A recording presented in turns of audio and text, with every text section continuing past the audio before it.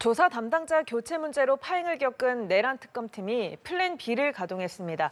윤 전 대통령은 심야 조사에 응했는데요. 특검은 오늘 중 조사를 마치기 어렵다며 추가 소환을 예고했습니다. 이와 관련한 내용 임주혜 변호사와 함께 짚어보겠습니다. 어서 오십시오. 네, 안녕하세요.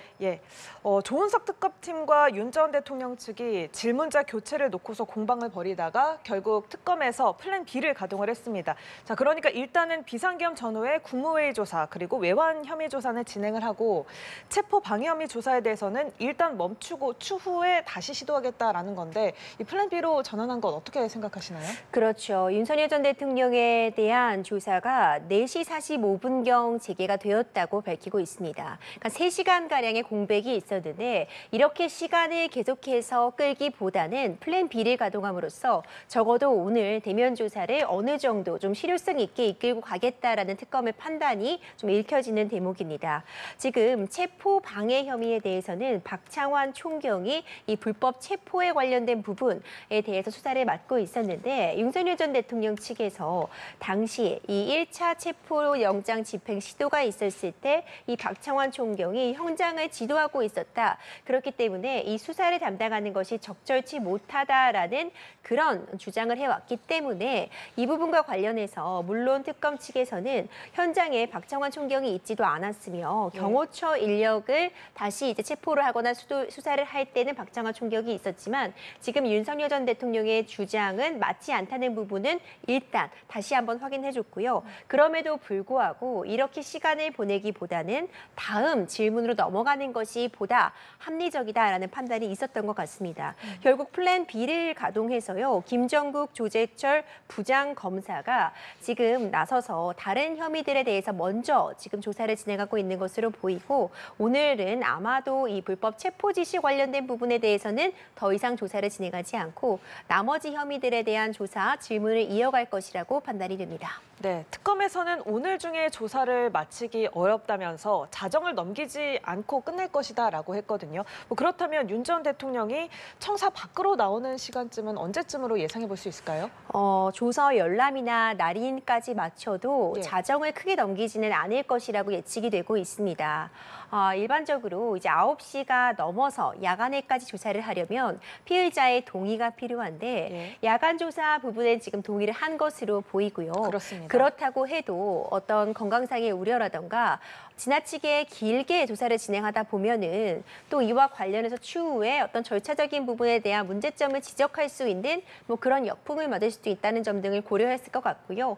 다음에 또 부를 필요성이 있다는 점, 대면 조사가 1회로 끝나지 않고 몇 차례 더 진행될 수 있다는 점은 분명히 하면서 적어도 오늘은 어느 정도 조사가 마무리되면 조서를 열람하고 날인 절차를 하는 시간을 포함해도 자정을 넘지 않을까, 자정을 넘지 않고 마무리가 되지 않을까 현재로서는 예측이 되고 있습니다. 네, 이야기한 대로 오늘 오후에만 3시간 동안 대치하는 데 시간을 썼기 때문에 이 알맹이 조사 시간은 상대적으로 좀 부족해졌었잖아요. 그래서 특검은 다시 추가 소환을 예고를 했었는데 자, 어떻습니까? 오늘 윤 전 대통령의 태도라든가 좀 거부하는 이런 모습으로 봤을 때 다음 소환 때는 좀 절차적인 쟁점을 보강해야 하지 않겠느냐 이런 목소리도 나오는데 추가 소환 시기 언제쯤으로 예상을 해볼 수 있을까요? 특검도 수사를 할 수 있는 시간이 무한정 주어져 있지 않습니다. 정해진 그 기간이 있기 때문에 계속해서 속도전을 벌일 거라는 부분은 충분히 예측이 됩니다. 다만 오늘 이 대면 조사 과정에서도 출석 과정을 공개로 할 것인가 비공개로 할 것인가, 즉 지하 주차장 이용을 허락할 것인가 그 부분이 좀 쟁점이 되긴 했었는데 대치 상황 같은 부분은 발생하지 않았습니다. 윤석열 전 대통령이 오늘은 이제 대면 조사에 응하는 모습을 보여줬기 때문에 사실상 앞으로도 이렇게 뭐 출석 관련된 부분에 대해서는 어느 정도 일정이 조율이 된다면 협조가 되지 않을까 생각은 됩니다. 다만 오늘 이제 오후 조사가 지연됐던 부분은 박창환 총경, 그러니까 지금 네. 이 체포를 좀 저지하는 과정에서 불법적인 부분이 있었는지를 살펴봄에 있어서 이와 관련된 이 박창환 총경, 경찰 측에 조사받는 것을 좀 정당하지 않다, 이해 충돌의 우려가 있다라는 예. 것이 윤석열 전 대통령의 주장이거든요. 하지만 특검은 이에 대해서 즉각 반박을 하고 있기 때문에 적어도 이 혐의에 대한 조사는 앞으로도 좀 더 난항을 겪을 가능성은 존재해 보입니다. 다만 이 절차적인 부분, 그러니까 누가 수사를 할 것인지, 누가 조사를 진행할 것인지, 그와 관련해서 윤석열 전 대통령이 주장하고 있는 것처럼 박창환 총경이 어떤 이해 충돌 부분이 있다면 그 부분에 대해서 제대로 해명을 하거나 설득을 시킬 수 있는 부분일 것이고요. 그렇다면 절차적인 부분은 보강한 이후에 머지않은 기간 내에 일주일 안에 추가적으로 소환 요구는 있을 것이라는 부분이 충분히 예측이 됩니다. 예, 체포 방해 혐의 조사 같은 경우에는 약 오전에 1시간가량만 진술을 했었고 그 이후에는 조사실에 들어오지 않았었기 때문에 좀 어떤 식으로 매듭지어지게 될지 많은 분들이 궁금하실 것 같아요. 그럼 말씀하신 것처럼 그럼 특검에서 조사 담당자를 교체해달라는 윤 전 대통령 측의 요청을 수용할 가능성은 좀 낮다고 보시는 겁니까? 그렇죠. 현재로서는 특검 측에서 거듭 강조하고 있습니다. 윤석열 전 대통령의 지금 주장, 그러니까 박창환 총경이 이 가운데 이 체포영장을 집행할 때 현장을 지휘하고 있었다는 것은 사실과 다르며 이런 허위의 사실을 공개적으로 언급하는 것은 수사를 방해하는 행위다. 이렇게 특검에서 굉장히 선을 긋고 못 받고 있거든요. 그리고 지금 박창환 총경은 해당 건에 대해서 계속해서 수사를 해오고 있었던 가장 이 사안을 잘 알고 있는 담당자이기 때문에 수사를 맡긴 것이지 다른 이유가 있는 것은 아니기 때문에 이 교체해달라는 이런 네. 요구를 쉽게 받아들이긴 좀 어려울 것이라고 보여지고요. 다만 이런 이유들 때문에 계속해서 수사가 진행이 되지 못하는 부분은 또 특검 측에서도 굉장히 뼈아픈 부분이 될 수 있기 때문에 오늘은 사실 이 부분이 추가로 더 어떤 실효성 있는 조사가 이루어지긴 어려울 것이라고 보이고, 다만 다음번에 절차적인 부분을 보강한 이후에는 조사가 재개되지 않을까 생각이 됩니다. 예. 외환 혐의의 경우에는요, 김용현 전 장관이라든지 노상원 전 사령관이라든지 다른 관련자들에 대한 수사도 제대로 본격적으로 이루어진 바가 없고 그간 수사기관에서 제대로 들여다보지 않았던 부분이었잖아요. 이번 특검에서 이 사건의 정점인 윤 전 대통령으로서부터 좀 유의미한 진술 얻어낼 수 있을 거라고 보세요?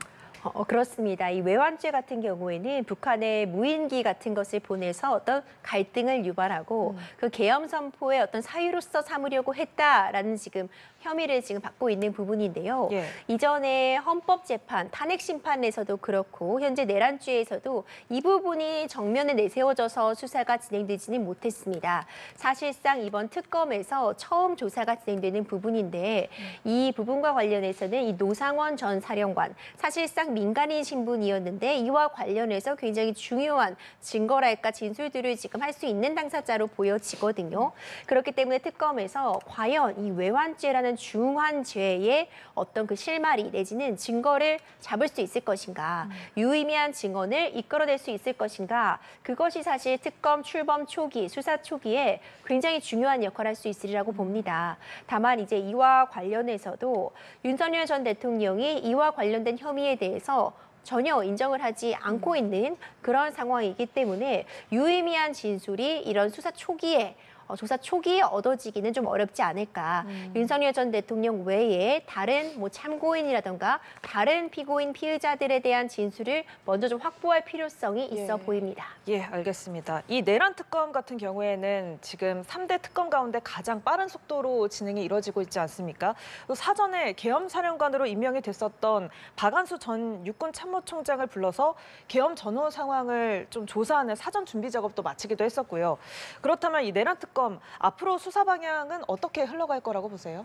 이 박안수 전 육참총장은 지금 조건부 보석 상태인 상황인데 이 계엄이 해제되는 과정에 대해서 가장 잘 알고 있는 당사자로 보여지고요. 예. 뿐만 아니라 지금 받고 있는 의혹이 2차로 다시 계엄 해제 이후에 또 계엄을 선포하려고 했다라는 의혹의 정점에 있는 인물입니다. 관련해서 가장 이 사실관계를 잘 알고 있는 사람이라고 보여지기 때문에 소환 조사를 통해서 어떤 이 이 계엄과 관련된 일련의 과정을 다시 들여다보기 위한 특검의 사전 준비 과정이었다고 보여지고, 그렇다면 박안수 전 육참 총장을 통해서 얻어진 그런 진술들과 이후에 있을 윤석열 전 대통령과의 진술이 일치하거나 불일치하는 부분이 있다면 그 부분을 앞으로 좀 추가적으로 좀 입증을 하는데 총력을 기울이라는 부분이 예측이 되고요. 결국 내란 특검 같은 경우에는 굉장히 방대한 혐의를 대상으로 하고 있는데 네. 기본적으로 지금 내란죄의 형사 재판은 진행 중인 상황이라 윤석열 전 대통령의 내란 혐의에 대해서는 공소를 유지하는데 총력을 기울일 것으로 보이고요.